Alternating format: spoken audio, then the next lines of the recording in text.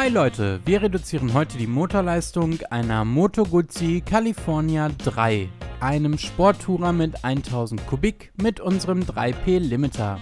Als erstes lösen wir dazu die beiden Schrauben hier vorne in der Gasgriffschale, um die innere Mechanik freizulegen.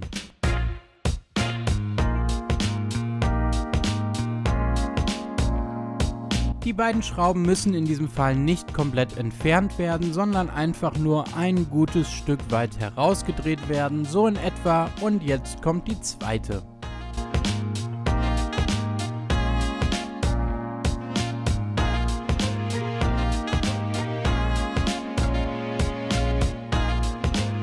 Die Griffschale lässt sich jetzt öffnen und der Limiter kommt zum Einsatz. So sieht er aus und der wird jetzt hier so einfach aufgelegt. Die Schale dann wieder verschlossen, das kann auch mal ein wenig Gefummel sein.